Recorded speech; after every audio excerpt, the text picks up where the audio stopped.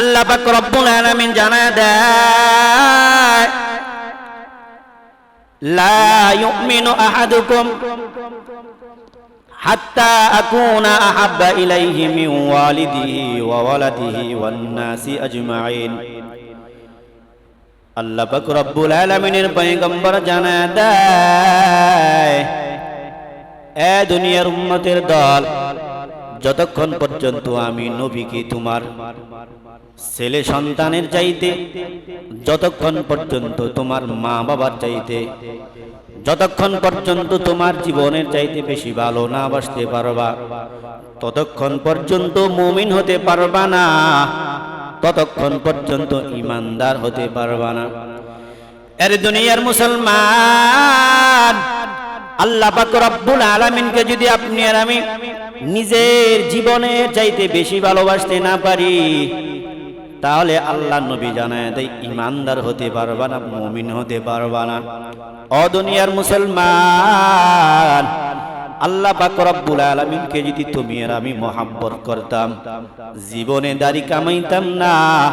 আল্লাহ পাক রব্বুল আলামিনকে যদি মহব্বত করতাম, জীবনে টুপি নামাইতাম না।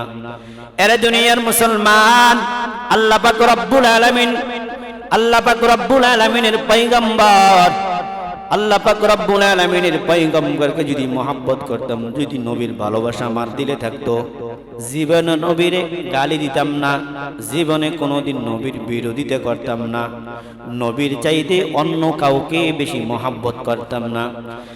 এর দুনিয়ার মুসলমান, আল্লাহ পাক রব্বুল আলামিনের পয়গম্বর জানায় দেয়, যতক্ষণ পর্যন্ত তুমি তোমার জীবনের চাইতে আমার যতক্ষণ পর্যন্ত বেশি ভালোবাসতে না পারবা, ততক্ষণ পর্যন্ত ঈমানদার হতে পারবা না। বলো তো দেখি, আজকে তুমি আর আমি কি সন্তানের চাইতে নবীরে ভালোবাসিনি? না, সন্তানের চাইতে নবীরে ভালোবাসতে পারি নাই, স্ত্রীর চাইতে নবীরে বেশি ভালোবাসতে পারি নাই, মা বাবার চাইতে নবীরে বেশি ভালোবাসতে পারি নাই। নিজের জীবন তো দূরের কথা, মা বাবার চাইতে তো দূরের কথা, সন্তানের চাইতে তো দূরের কথা, নিজের ভাইয়ের চাইতেও নবীরে বেশি ভালোবাসতে পারি নাই। যদি তুমি আর আমি আমার নবীকে যদি মনে প্রাণে যদি জীবনে চাইতে বেশি ভালোবাসতাম, তাহলে আমার নবীকে মেনে নিতাম, নবীজির যত সুন্নত আছে সব সুন্নতগুলো তুমি আর আমি পালন করতাম। এরা দুনিয়ার মুসলমান, তোমার আমার যদি একজন মানুষের উপর যদি সামান্যতম মহব্বত থাকে, তাহলে কেমন হয়? গত বুধবার আমার এলাকার মধ্যে একজন মানুষ মারা গেল। কমলাবাড়ি ইউনিয়নের মধ্যে সুনামধন্য একজন ব্যক্তি মারা গেল। মারা যাওয়ার পর আমরা দেখতে গেলাম, হাজার হাজার মুসলমানরা দেখতে আসছি। তার ভিতরে যাইয়া দেখলাম ওই জায়গার ভিতরে শুধু মুসলমান না, হিন্দুরাও ওই ব্যক্তিটাকে দেখার জন্য আসছে। এত মহাব্বত হিন্দুরা করি, মহাব্বতের টানে হিন্দুরাও দেখতে আসছে। যাইয়া দেখলাম 1000 মুসলমান যদি হয়, তাহলে অন্তত 100 হিন্দু তারে দেখার জন্য আসছে। বাড়ির আশেপাশের যত হিন্দুরা আছে সবাই দেখার জন্য চলে আসছে। হিন্দুদের চোখের ভিতরেও পানি। তারা মুসলমানদেরকে ডেকে বলে, এই ব্যক্তিটা জীবিত থাকা অবস্থায় আমাদের কোনো টেনশন করা লাগে নাই। এই ব্যক্তিটা যখন জীবিত ছিল, আমরা যদি কোনো সমস্যায় পড়ে যাইতাম, সমস্যা সমাধান করতে লোকের কাছে যাইতাম, যা যদি বলতাম ভাই আমার এই সমস্যাটা সমাধান করিয়ে দিত, অল্প কিছুক্ষণের মধ্যে কিছুদিনের মধ্যে সমাধান করে দিত। লোকটাকে হারাইয়া হিন্দুরাও কাঁদে। গতকালকে জানাজা নামাজ হয়েছে সকাল 10টায়, কুমড়ির হাট হাই স্কুল মাঠে জানাজার নামাজ। ওই নামাজে যখন আমরা সবাই কাতার বন্দী হয়ে দাঁড়ায় গেলাম, হাজার হাজার মানুষরা যখন নামাজ আদায় করার জন্য প্রস্তুতি গ্রহণ করে, এক সাইডে আমি তাকায় দেখলাম শত শত হিন্দুরা সাইডে দাঁড়ায় আছে, জানাজার নামাজ দেখবে। শত শত হিন্দুরা মোহাব্বতে দাঁড়ায় আছে। কি ব্যাপার, আপনারা দাঁড়ায় আছেন কেন? জানাজার নামাজে, ঈদের নামাজে তো আপনাদের দেখা যায় না, আজকে কেন দেখা যায়? হিন্দুরা ডাক দেয়া কয় মহাব্বতের টানে আমরাও চলে আসছি। এক হিন্দু ডাক দেয়া কয় জানাজার নামাজে যদি অংশগ্রহণ করা যেত তাহলে আমরাও অংশগ্রহণ করতাম। তাহলে বুঝেন লোকটাকে হিন্দুরাও কি পরিমাণ মহাব্বত করছে। স্কুলের ছাত্র ছাত্রীদের গার্জিয়ান ডাক দিয়া কয় যেই লোকটা মারা গেল ওই লোকটার কারণে এতদিন আমরা নিরাপদে ছিলাম। এই লোকটা যতদিন জীবিত ছিল আমাদের ছেলে মেয়েরা নিরাপদে ছিল, কোনো সমস্যা ছিল না। আজ আমরা বড় আতঙ্ক হয়ে গেলাম, না জানি আমার সন্তান, আমার ছেলে, আমার মেয়েরা কোথায় যেন কি হয় জানি না। ওই মানুষটার উপরে মানুষের আস্থা ছিল, ভরসা ছিল। এর দুনিয়ার মুসলমান সামান্য একটু মহাব্বত থাকার কারণে মারা যাওয়ার পর শত শত হিন্দুরা আসছে দেখার জন্য। তারপরের দিন যখন জানাজার নামাজ পড়ানো হয়, হাজার হাজার মুসল্লিরা নামাজ আদায় করে, হিন্দুরা পাশে দাঁড়ায় আছে মহাব্বতের টানে। এর দুনিয়ার মুসলমান সামান্য একটু মহাব্বতের কারণে হিন্দুরাও পাশে দাঁড়ায় আছে মহাব্বতের টানে, তাদের চোখেও পানি।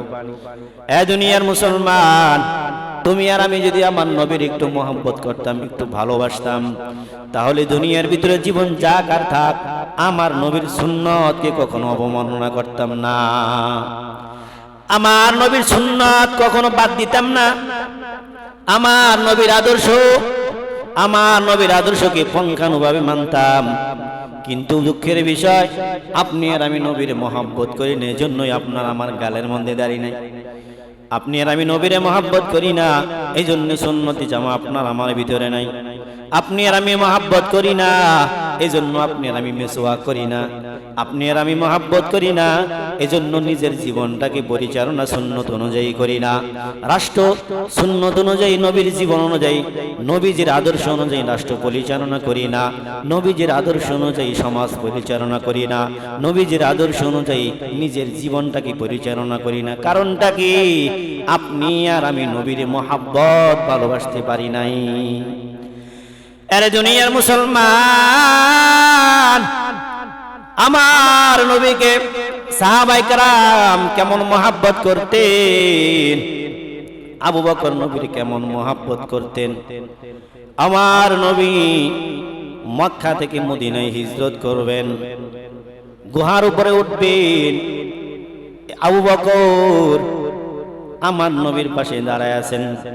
ও নবী আমার, আপনি ওই পাহাড়ের উপরে গুহার মধ্যে যাবেন, আপনার হেঁটে যাওয়ার দরকার নাই, আপনি আমার কাঁধের উপরে চড়েন, কাঁধের উপরে চড়েন, আমি আপনাকে পাহাড়ের উপরে তুলিয়া দেই।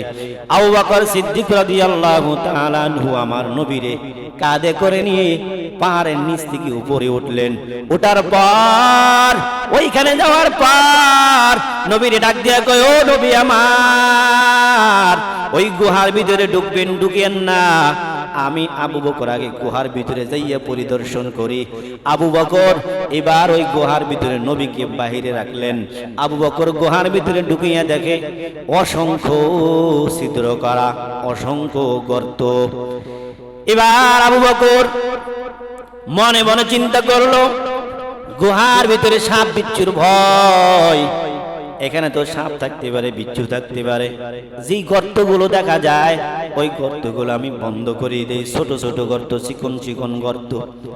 আবু বকর নিজের মাথার পাগড়িটা এবার খুললেন, ঘুরিয়া এই মাথার পাগড়িটাকে আবু বকর ছোট ছোট টুকরা করলেন, ছিঁড়ে ছিঁড়ে। আবু বকর ওই পাগড়িটাকে টুকরো টুকরো করিয়া সবগুলো ছিদ্র বন্ধ করে দিল। সবগুলো ছিদ্র বন্ধ করতে যাইয়া সব ছিদ্রগুলো বন্ধ করতে পারলো না, একটা ছিদ্র খোলা। এবার সব কিছু ঠিকঠাক করিয়া আমার নবীরে ডাক দেয়, কয় নবী আমার ভিতরে প্রবেশ করেন।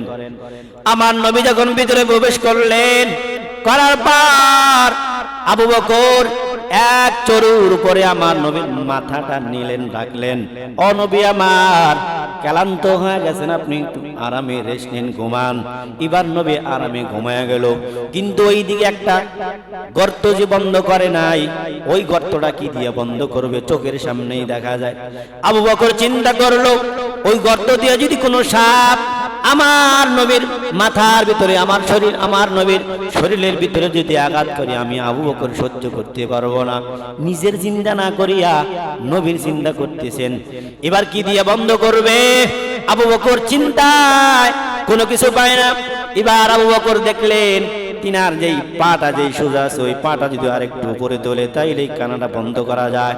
এবার ওই দিকে, ওই গর্তের দিকে তাকায় দেখিয়া আবু বকরের পায়ের আঙ্গুল দিয়ে ওই গর্তটাকে বন্ধ করে দিলেন।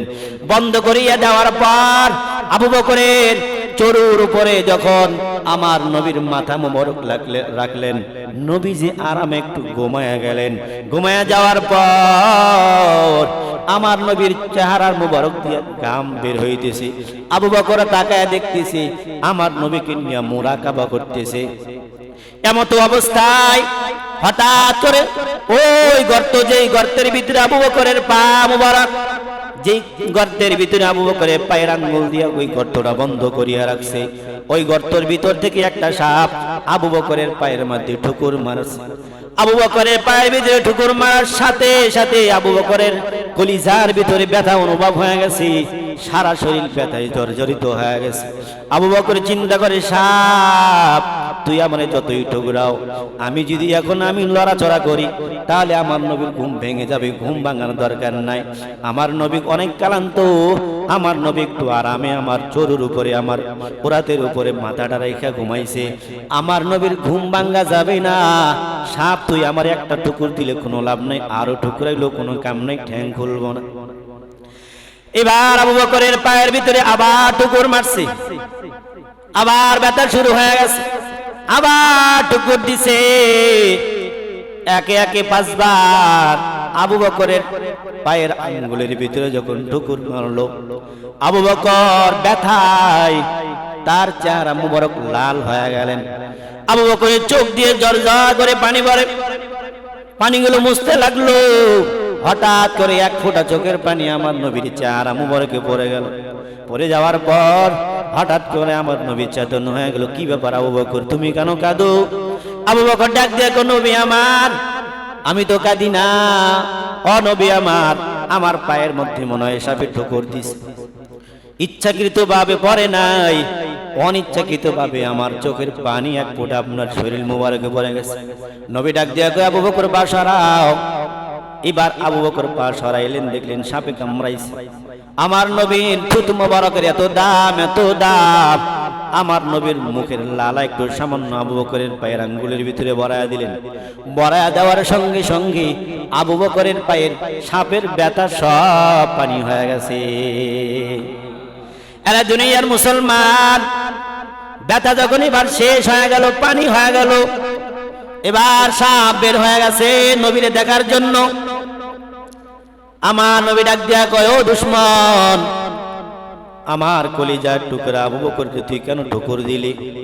এই সাপ আমার মোহাব্বতের সাহাবা, কলিজার টুকরা সাহাবারে তুই কেন ঠুকুর দিলি? সাপ ডাক দিয়া কয়, নবী আমার, 1000 বছর আগে আমি শুনছি, 1000 বছর আগে আমি যখন কোরআনের দর্শের পাশ দিয়ে যাইতাম, যখন নাকি কোরআন হাদিসের আলোচনা হচ্ছিল, কোরআনের আলোচনা হচ্ছিল, আমি ওই পাশ দিয়ে যখন যাই তখন আমি শুনতে পাই আখিরি নবী এই দুনিয়াতে আগমন করবে, আর ওই গুহার মধ্যে আমার নবী একদিন অবস্থান করবেন, ওই গুহার মধ্যে একদিন রেস্ট নেবেন। ও নবী আমার, ওই দিন কথাটা শোনার পর আমি সাপ 1000 বছর আগে শোনার পর আমি সাপ তখন থেকে খানা বন্ধ। আমি সাপের বনের ভিতরে যন্ত্রণা, আমি আমার নবীকে কেমনে দেখব? ও নবী আমার, এতদিন থেকে আমি অপেক্ষায়, আমি গুহার ভিতরে অসংখ্য ছিদ্র করে রেখেছি, অসংখ্য গর্ত করে রেখেছি। আমার নবী যখন আসবে আমি যেন তাড়াতাড়ি দ্রুত যে গর্ত দিয়ে সুবিধা হয় ওই গর্ত দিয়ে আমি আপনার চেহারা মোবারক দেখব। ও নবী আমার, আপনি যখন আসলেন আমি আপনাকে দেখার জন্য আসছি। আসিয়ে দেখি আবু বকর সবগুলো ছিদ্র বন্ধ করিয়া দিছে, সবগুলো গর্ত বন্ধ করিয়া দিছে। আর একটা গর্ত দেখি আবু বকর পা রাখছে। আবু বকর সব দরজা বন্ধ করে দেওয়ার কারণে আমি আপনাকে দেখতে পারতেছি না। আমার অন্তরের ভিতরে আর সহ্য হয় নাই, আমার ইশক আর থামাতে পারি নাই। ও নবী আমার, আপনাকে দেখার জন্য আমি আবু বকরের পায়ের ভিতরে ঠোকর দিছি। ও নবী, আপনি আমারে মাফ করবেন। এর দুনিয়ার মুসলমান, আবু বকর সাপের ঠোকর খাইছে, এরপর নবীরে কষ্ট দেয় নাই। সাপ ঠুকরাইছে কি জন্য? নবীরে দেখার জন্য। নবী পাগল সাপ। এর দুনিয়ার মুসলমান, আবু বকর এত কষ্ট করছেন, শুধু আবু বকরই না, শুধু আবু বকরই কষ্ট করে নাই, অসংখ্য সাহাবারা আমার নবীকে কেমন ভালোবাসতেন। তার ভিতরে হযরত বেলাল রাদিয়াল্লাহু তাআলা আনহু কেমন নবীকে ভালোবাসতেন।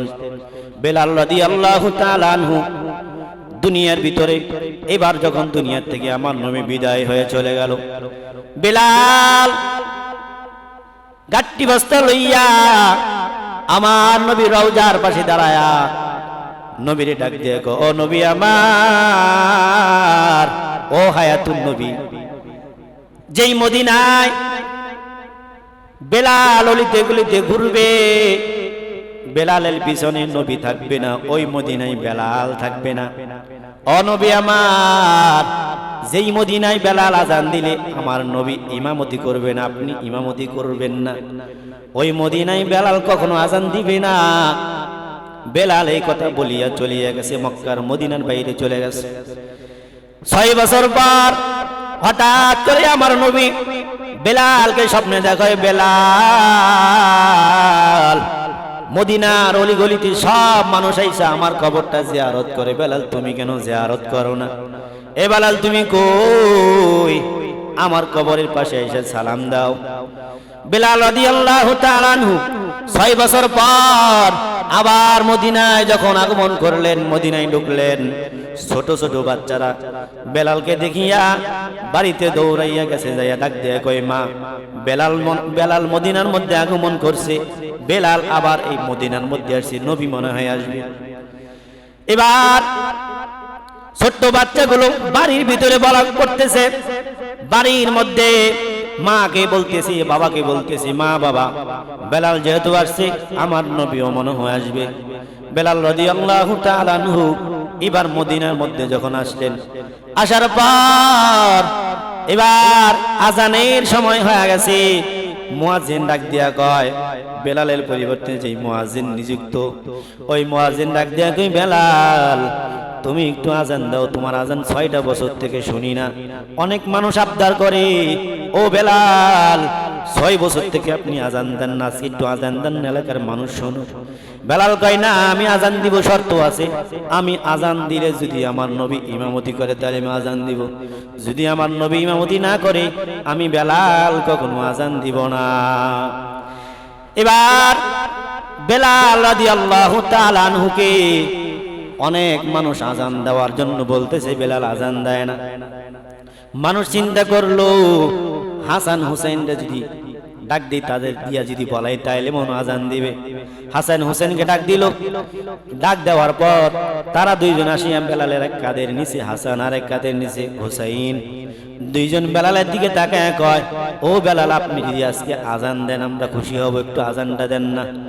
বেলাল রাদিয়াল্লাহু তাআলা আনহু হযরতে হাসান হুসাইন রাদিয়াল্লাহু তাআলা আনহুর দিকে তাকায় দেখে আমার নবীর ছাপ দেখা যায়, আমার নবীর ছাপ তাদের মুখের মধ্যে দেখা যায়।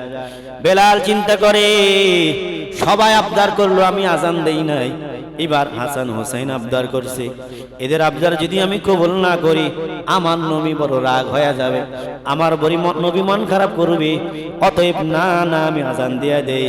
এবার যখন আজান দিল, আজান দেওয়ার পর এলাকার সকল মানুষ ছুটে আসছে নামাজ পড়ার জন্য। মনে হয় বেলাল আজান দিছে, আমার নবী মনে হয় ইমামতি করবে, সবাই ছুটে আসছে। এর দুনিয়ার মুসলমান, বেলাল নবীকে কত মোহাব্বত করতেন, আবু বকর নবীকে কত মোহাব্বত করতেন, সাহাবায়ে কেরামরা সবাই নবীকে কত মোহাব্বত করতেন। তুমি আর আমি মোহাব্বত করি না। এই যুবক, তোমার আমার জন্য নবী কত কষ্ট করছে জানো নি? তোমার আমার জন্য ওই নবী আমার উহুদের ময়দানে আমার নবী দান মোবারক শহীদ করেছে তোমার আমার জন্য। তাইফের ময়দানে রক্তাক্ত হয়েছে তোমার আমার চিন্তায়, তোমাকে আমাকে বাঁচানোর জন্য। এই যুবক, তোমার আমার জন্য নবী আরো কত কষ্ট করলেন।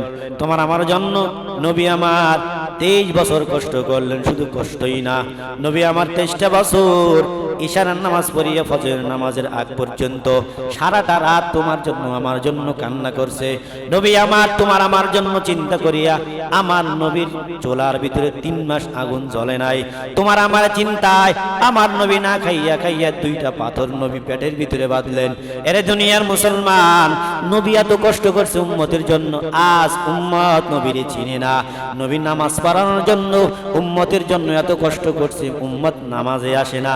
এরে দুনিয়ার মুসলমান, আজকে দুনিয়ার ভিতরে নবী আমার এত কষ্ট করছেন উম্মতের জন্য, উম্মতের জন্য নবী আমার দুনিয়ার ভিতরে উম্মত উম্মত বলিয়া চিন্তা করছে।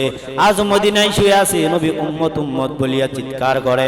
এরে দুনিয়ার মুসলমান, কিয়ামতের দিন তোমার আমার পয়গম্বর তোমার আমার সুপারিশ করিয়া জান্নাতে নিবে। এ দুনিয়ার মুসলমান, এরপরে তুমি আর আমি নবীর আশিক হইতে পারলাম না, সুন্নত গুলো মানতে পারলাম না।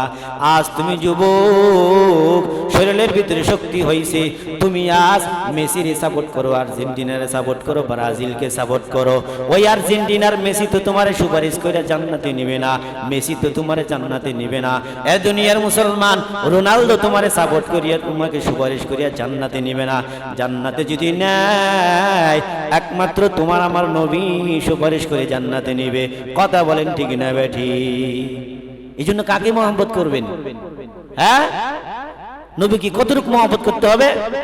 নিজের ছেলে মেয়ে, নিজের বাবা মা, স্ত্রী, নিজের বন্ধু বান্ধব, এমনকি নিজের জীবনের চাইতেও বেশি মহব্বত করতে হবে। এক সাহাবা ইকরাম বলেন, ওমর নামে এক সাহাবা আছে, ওই সাহাবা বলতেছেন, হুজুর আমি আপনাকে মহব্বত করি, দুনিয়ার যত কিছু আছে সব চাইতে আমি আপনাকে মহব্বত করি, তবে আমার জীবনের চাইতে না। নবী বলেন, আল্লাহর কসম করে আমি বলি, শোনো, আল্লাহকে সাক্ষী রেখে বলি, আল্লাহর কসম করে বলি, তুমি পরিপূর্ণ ইমানদার হতে পারো না। আবার কিছুক্ষণ যখন মুরাকাবা করলেন, করার পর বললেন, হুজুর আমি চিন্তা করে দেখলাম আমার জীবনের চাইতেও আপনার মহব্বত করি। নবী বললেন, এবার তোমার ইমান পরিপূর্ণ হয়েছে। তাহলে আপনি আর আমি যদি নবীর মহব্বত করি, জীবনের চাইতেও যদি মহব্বত করি, আপনার আমার জীবন যদি জানি যে শিয়াল খাওয়া বাজারে গেলে আমার হত্যা করবে, নিশ্চিত মারা যাব, অথবা আমার বুকের মধ্যে গুলি ধরছে, আমার বুকের মধ্যে গুলি করবে, অথবা ফাঁসির রশি আমার গলার ভিতরে আছে, এখনই টান দিবে। এই অবস্থায় যদি আপনারা কেউ বলে যে তুমি দাড়ি যদি রাখো তোমার এই ফাঁসির মঞ্চ থেকে মুক্তি দেওয়া হবে, কে রাখবে না বলেন তো? হ্যাঁ, রাখবেন না? কেউ যদি বুকের গুলি ধরছে, অর্ডার হয়েছে, সরকারি অর্ডার, বুকে গুলি করা, এখন অর্ডার হয়ে গেছে, এখন আপনার বুকে গুলি করবে, এমন অবস্থায় যদি কেউ কয় গুলি করবো না, ঠিক আছে, তোর একটা কাজ করা লাগবে, কি 5 ওয়াক্ত নামাজ পড়া লাগবে, কেটা পড়বে না? এখন কি সবাই পড়বে কিনা? কিন্তু পড়বে কখন? চিপাত পড়া। কিসে পড়া? চিপাত পড়া। জীবনে যেই লোক এক ওয়াক্ত নামাজও পড়ে না, ঈদের নামাজেও পড়ে না, যেই লোকটা, ওই লোকটা টুপি মাথায় দিয়ে ঘুরে, খোঁজ নিয়ে দেখবেন, কারণ উনি অসুস্থ, কারণ ওনার বাপ মরছে, না ওর মা মরছে, না ওনার সন্তান মারা গেছে, কারণ একটা না একটা আছে। এই লোক জীবনে নামাজ পড়ে না, টুপি মাথায় দিয়ে ঘুরে, কারণ ওর হাড়ের সমস্যা। ডাক্তার বলছে আপনি যদি 5 ওয়াক্ত নামাজ পড়েন বাঁচবেন না, বাঁচবেন না, ব্যায়াম করতে হবে বেশি বেশি। যে কোনো সমস্যার কারণে এই লোকটা টুপি মাথায় দিচ্ছে। আচ্ছা বলেন, সমস্যার কারণে যদি কেউ টুপি মাথায় দেয়, সমস্যার কারণে যদি নবী সুন্নত নবীকে আনুগত্য করে, নবীর আনুগত্য করে, সমস্যার কারণে যদি যায় আল্লাহর কাছে যায় আল্লাহর ইবাদত করে, এই সমস্যার কারণে যদি কেউ যায়, ওই ইবাদত কবুল হয় না। কি কইছি শুনছেন না? কি বললাম?